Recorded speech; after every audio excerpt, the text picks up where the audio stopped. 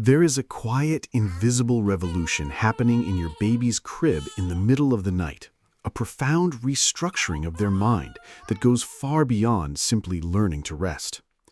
While we often view nighttime wakings as a hurdle to overcome or a sign of a setback, your baby's brain is actually using these hours to run massive neurological updates.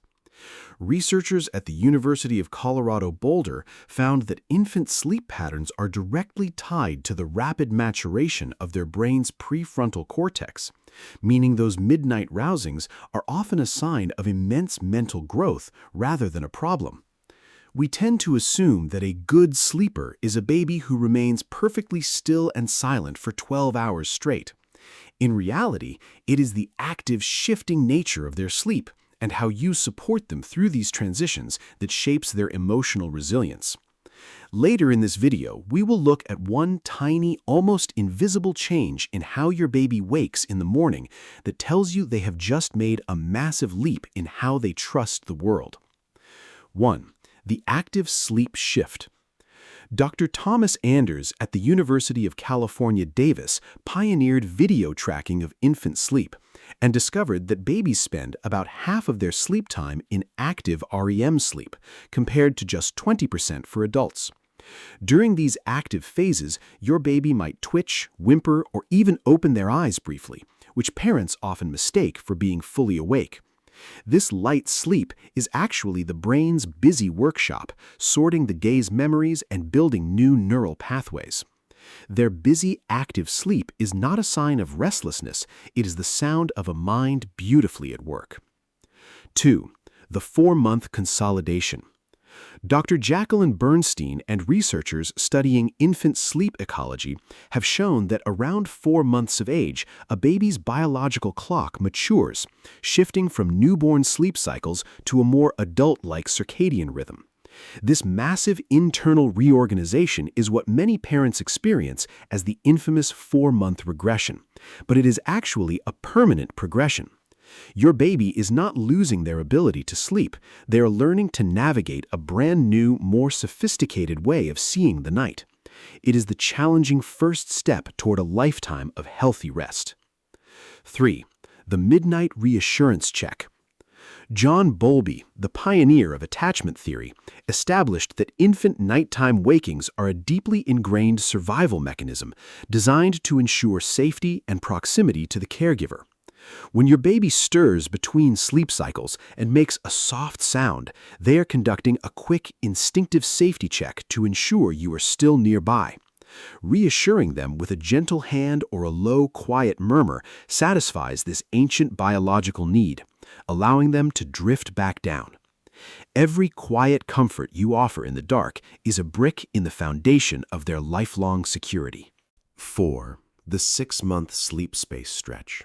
Dr. Jody Mindell at St. Joseph University has documented that around 6 months of age, babies begin to develop the physical ability to soothe themselves back to sleep after brief night rousings.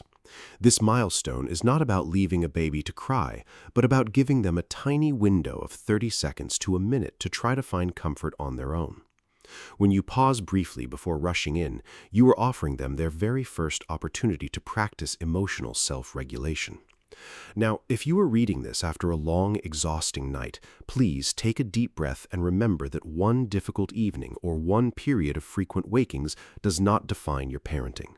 What matters is the warm, consistent pattern of love and responsiveness you build over time, not a single perfect night. If this gentle approach to understanding your child's mind is resonating with you, this is exactly the kind of developmental journey we explore together every week. 5. The object permanence peak. Dr. Jean Piaget's foundational work on cognitive milestones reveals that between 8 and 9 months, babies begin to master object permanence, the realization that things and parents still exist even when they are out of sight. This cognitive leap often temporarily disrupts sleep because your baby now realizes that when they are in their crib, you are somewhere else in the house. When they cry out for you, they are practicing their brand new mental mapping, learning that your love spans across separate rooms. They are discovering that a parent who disappears from sight always returns to hold them again. 6. The physical milestone practice. Dr. Karen Adolph at New York University has shown that major motor milestones like learning to crawl or pull to stand often cause a temporary surge in nighttime wakings. Your baby's brain is so excited by these new physical capabilities that it literally rehearses the muscle movements in their sleep, sometimes causing them to accidentally wake up standing at the crib railing. If they wake up practicing a new skill, it is not a behavioral problem. It is a celebration of growth. They are simply too captivated by their own growing strength to stay asleep. 7. The 9-month separation shift. Dr. Mary Ainsworth at the University of Virginia found that secure attachment is heavily tested during moments of physical separation, including bedtime. Around 9 months, your baby begins to experience a normal peak in separation anxiety, making the transition to sleep feel much more high stakes for them. When they protest being put down, they are actively testing the concept that you still exist and will return. They are not trying to manipulate you, they are simply practicing the brave art of missing you. 8. The consistent wind down. Dr. Harriet Hiscock at the Murdoch Children's Research Institute demonstrated that structured, predictable bedtime routines directly improve infant sleep consolidation and lower parental stress. This repetition tells their busy nervous system exactly what to expect next, signaling their brain to start releasing melatonin. Knowing the exact sequence of events gives your baby a sense of control, turning off their instinctual fight-or-flight system. Your quiet, repetitive routine is the gentle bridge that safely carries them from the busy world into the quiet of sleep. 9. The daylight synchronization. Dr. Mary Carskadon at Brown University, a leading pioneer in pediatric sleep medicine, has shown that morning light exposure plays a critical role in setting an infant's circadian rhythm. Opening the curtains at the same time each morning helps program their biological clock, which actually improves their sleep drive when nighttime comes around. It is a physical cue that helps their body understand the difference between active day and restful night. Bringing the sunshine into their room is a physical cue that tells their body they are safe to wake up and safe to rest. 10. The morning greeting. And this final point is the quiet heart of the whole list, focusing on the moment the night finally ends. Dr. Alan Sroufe at the University of Minnesota's Institute of Child Development discovered that how an infant greets their caregiver upon waking after a separation is one of the truest measures of a secure emotional bond. When your baby wakes up and greets you with a calm, happy smile, or even coos quietly in their crib waiting for you, they have made a massive cognitive leap. They have learned to hold the memory of your love in their mind all through the night, fully trusting that you will always return to them. That quiet, smiling morning reunion is the ultimate proof that they feel entirely safe in your care.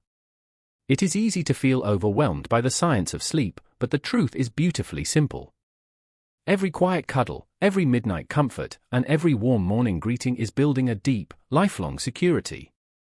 If you found comfort in this journey through your baby's sleep mind, please subscribe to join our community, as we share new insights on early development every week. How does your baby usually greet you when they first wake up in the morning? Let me know in the comments below, because I read every single one.